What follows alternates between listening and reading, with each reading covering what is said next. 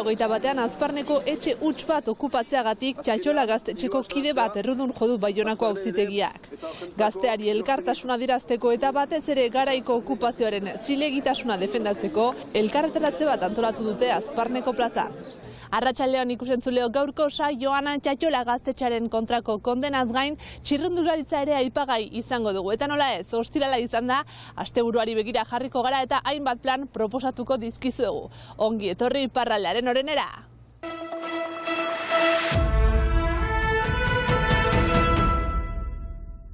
Azparnen etxe bat okupatzeagatik Txatxola gaztetxeko kide bat kondenatu du Baionako auzitegiak. Epaileak errudun jodu 27 urteko azpandarra eta isunak ordaintzea kondenatu du. Jende andana bat elkartu zen Barda herriko plazan epaia salatzeko. Hain zuzen 600 euroko isuna jarri diote gazteari, horietariko 400 euro gibelapenarekin direlarik. Horrez gain 6.200 euroko kalte ordainak, 2.600 euroko abokatu gastuak eta 1.578 euroko kalte materialengatik ordaindu beharko du. Gogoratu behar da 2021 Azparnen gaztetxe bat lortzeko helburuz etxe huts bat okupatu zutela gazteek. Hilabetea pasa eta poliziak kanporatu zituen. Okupazio horrek bi helburu zituen, alde batetik etxe bizitzaren krisiaren egoera salatzea, Azparnen ere 500 etxe huts edo bigarren etxe bizitza baitira.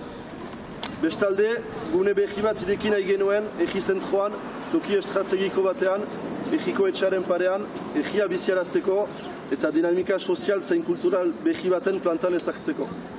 Eta gure arazoa denen begitara plazarazteko.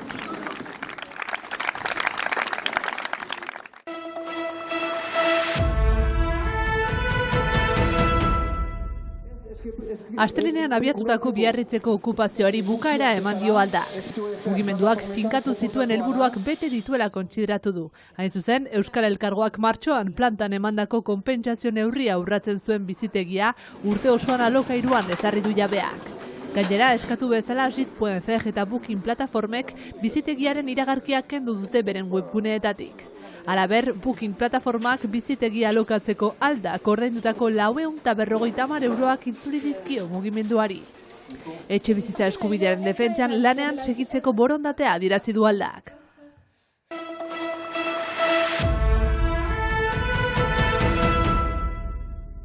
Txirrindularitzak Euskal Herri osoa batzen duela erakusteko asmoarekin, mugaz gaindiko mintzaldi bat prestatu du Euskal Hirigun Elkargoak datorren ekainaren 27-ako.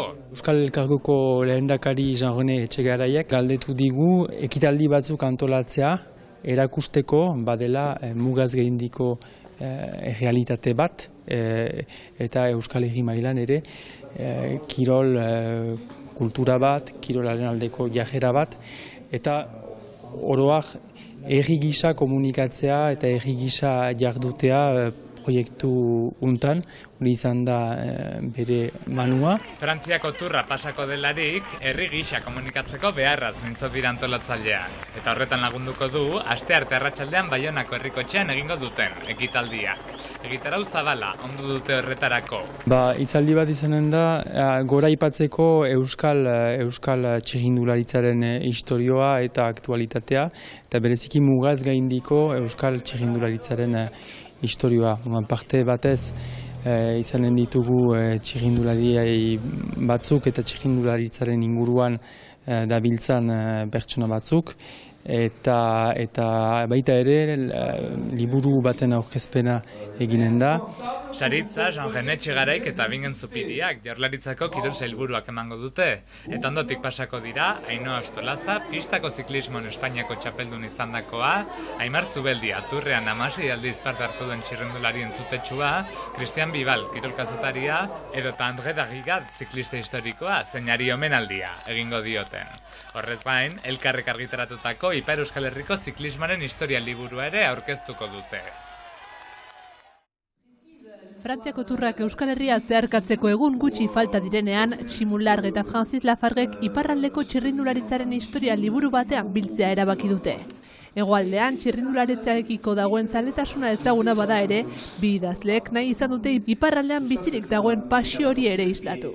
Txirrindularitza aipatzen delaik, pentsatzen dugu beti egualdea. Hemen ez dugu historio berdina, ez da konparatzena, bai.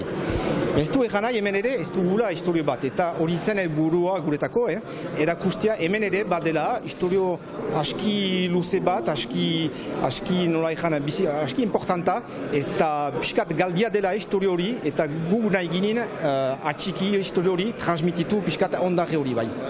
Liburuaren bidez, kirol horren parte diren pertsonaiak komendu nahi izan dituzte. Aniz historio portreta gisa pixkat aipatzen ditugu lehengo txirrindulariak, waikoak, badira frango, batzuk antziak, batzuk ez, eta hori da pixkat. Eta ez da baizik kirola, aipatzen dituzu historiotipiak, badira historio humanoak, aniz gauza pixkat desberdinak bai. Iparraldeko txirrindularitzaren historia oparoa bada ere, etorkizunarekiko baikor daude ere idazleak. Bistanda gauzak aldatu dira, ez da hainbeste kursa, hainbeste talde, bistanda. Baina, kusten dugu azken urtetan gauza batzu pixkat biziki interesgarriak pasatzen direnak. Kusi dugu Tim Iparralde sortzen, gaztekin, junior mailan, Senperen berriz sortu dute talde bat, Donibane Loitzunen, gauza horik denak elgarrikin egiten du zerbait emaiten du esperantza bat, bai geroko. Zalantzari gabe Frantziako turra aukera ezin hobea izango da txirrindularitzarekiko Euskal Herrian dagoen zaletasunaren erakusleihoa izateko.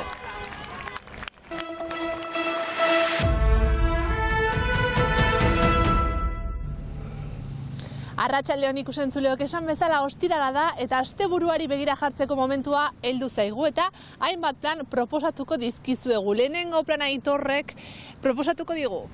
Bai, ala da, bihar Soutan, Siberoan, ikastolak 50 urte dituztela ospatuko dute, egia da 1972ko iraian irikizirela Siberoko lehen ikastolak, beraz, iaz izan zela 50 edo mende erdia ospatzeko eguna, baina urte guztiko egitarauak antolatu dituzte eskertzeko nolabait, ikastola horiek Siberoan martxan jarri izana, bai Siberoko jendeari, baina baita Ipar Euskal Herrizo, zein Hego Euskal Herriko jendeari ere proiektori posible egin zutelako eta gaur egun 100 aurrere baituztelako ikastoletan Euskararen iraupenerako funtsezkoana Siberoan. Esan bezala egitarau zabal eta potola osatu dute biharko goiz-goizetik hasita, 9 eta 4 ikastolaren bideak bertsoz eta bizikletaz egingo dituzte, 12:30 bazkaria, esan behar da aurrez leku hartu behar dela, beraz bazkaldu nahi duztuenak deitu telefonoz leku hartzeko, eta arratsaldeko 7:00 horiti Siberoan ongi dakiten bezala besta, besta eta gainera musikarekin lotua. Etxetik bertatik Siberutz Rigi musika talde eder eta ezaguna etorriko bai da, jarraian Hernaniko Gipuzkoako musika talde batekin rumba soinuak izango ditugu, Kilimak taldearekin hain zuzen, eta elektronikoago edo gaualdia ongi bukatzeko, Frigo eta DJ Zuzulu izango ditugu, esan bezala Soutan, barkatuko diazue xibotarrek ez badut ongi erraiten, baina ikastolen 50. urte hurren ospatu eta bide batez elkarri ikusi eta disfrutatzeko. Eta Siberotik joan gara lapur dira, uda etorri zaigu, uda ja hemen dago, eta herriko bestak hasi dira Donibane Lohitzuneko herriko bestez gain, Azparnek ere bere bestak ospatuko dituelako uztailaren 23-tik 26-ra. Azparneko bestak direla eta bihar bertan 3 kontzertu antolatu dituzte herriko plazan. Andoni Oiokiegi, Dupla eta Xistor taldeak oholtza gainera igoko dira 8:00 aintzinaino. Eta herriko plazan antolatutako kontzertuen ondotik gaztetxeak ateak zabalduko ditu, beraz gaua bukatzeko aukera paregabea izango dute bertara hurbilduko direnek. Eta oraintxe bertan Aitorrek beste plan bate proposatuko digu, kasu honetan iganderako. Hori da, etzi arratsaldean, Biarritzen arratsaldeko 6etan dokumental berezi bat estrenatuko dute.